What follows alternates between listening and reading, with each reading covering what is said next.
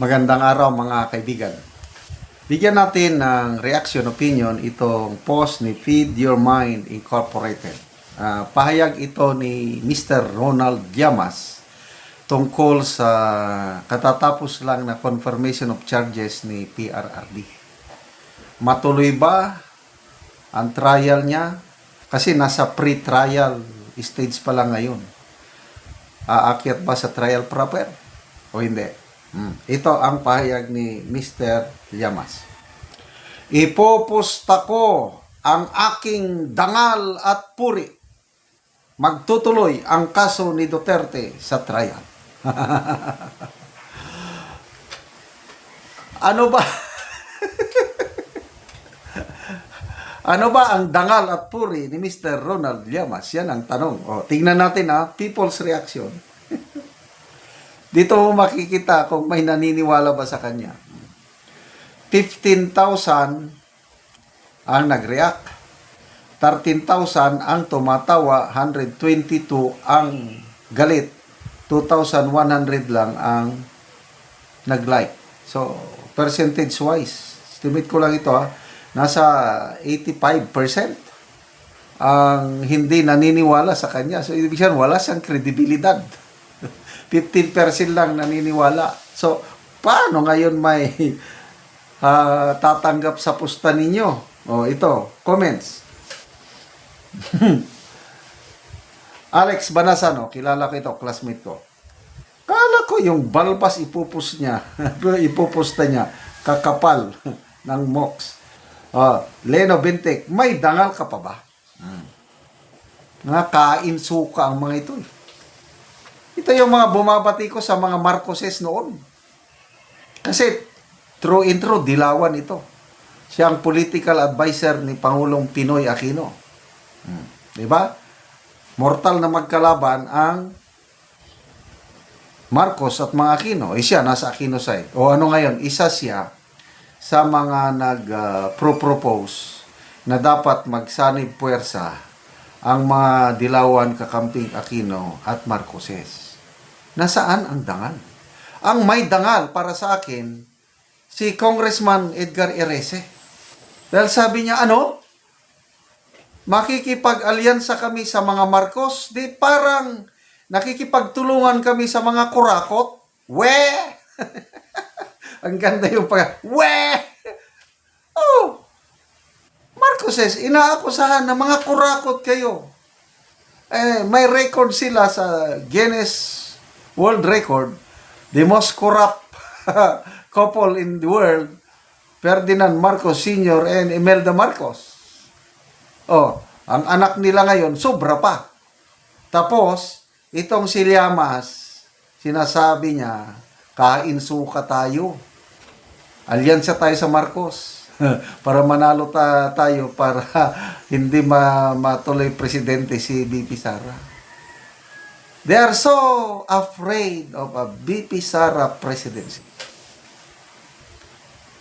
Sabi ni Congressman Erese, ang mga kasamahan ko sa liberal, takot na takot sa isang Sara presidency na they are now compromising the truth. Ano yung truth?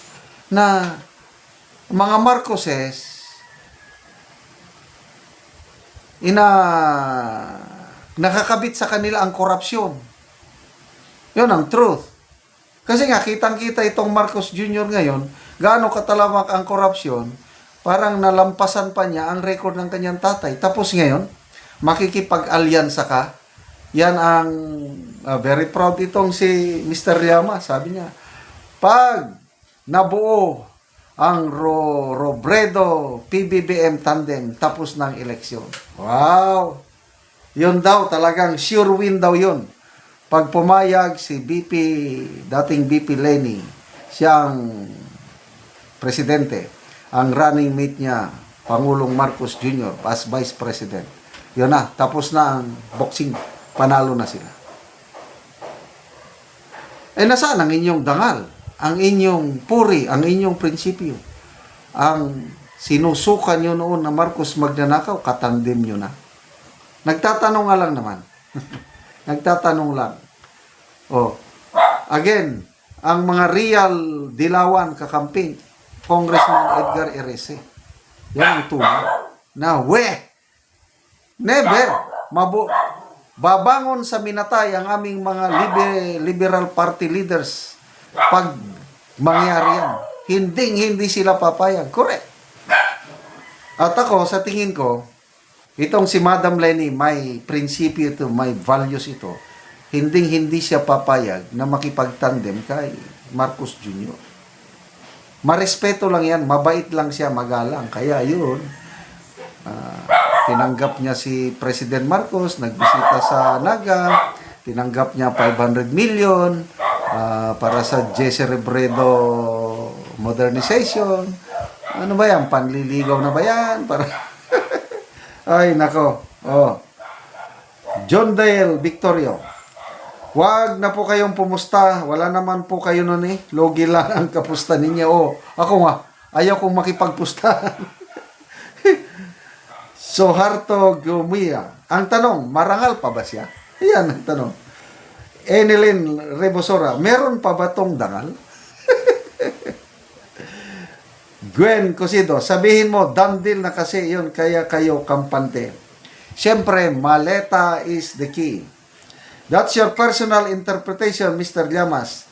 The ICC ruling based on the Rome Statute. Let the court prevail. Hintayin natin ang resulta within 60 days for final confirmation of charges against PRRD. Joke ba ito? You can bet something you don't have. That's theoretically impossible.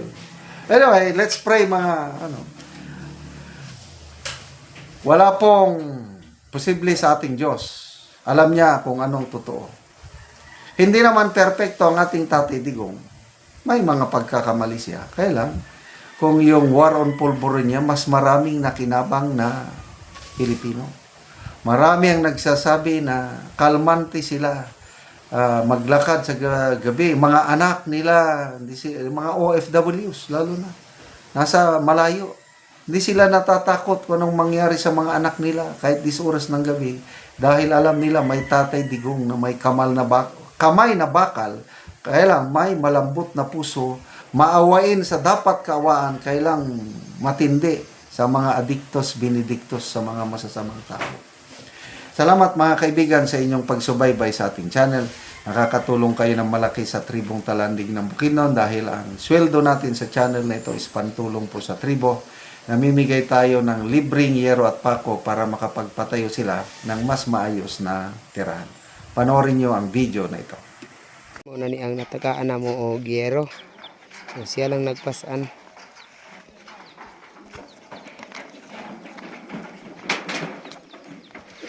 So muna ni ang ilang gipatindog nga balay nga pag-atupan karon. Para kumartili bro.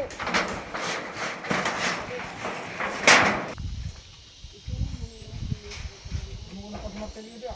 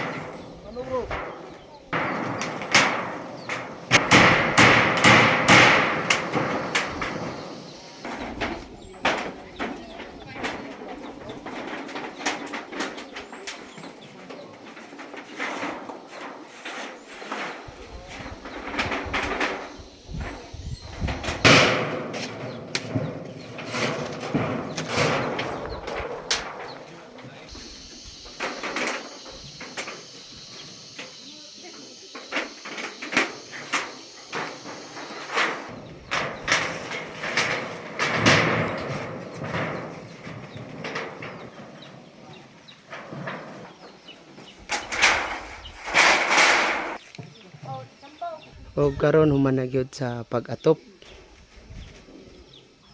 ang gitabang nga ayero. Sa Ginoo nga salamat sa Ginoo nga panghasin nga di na may mga ulanan. Oo. Salamat po.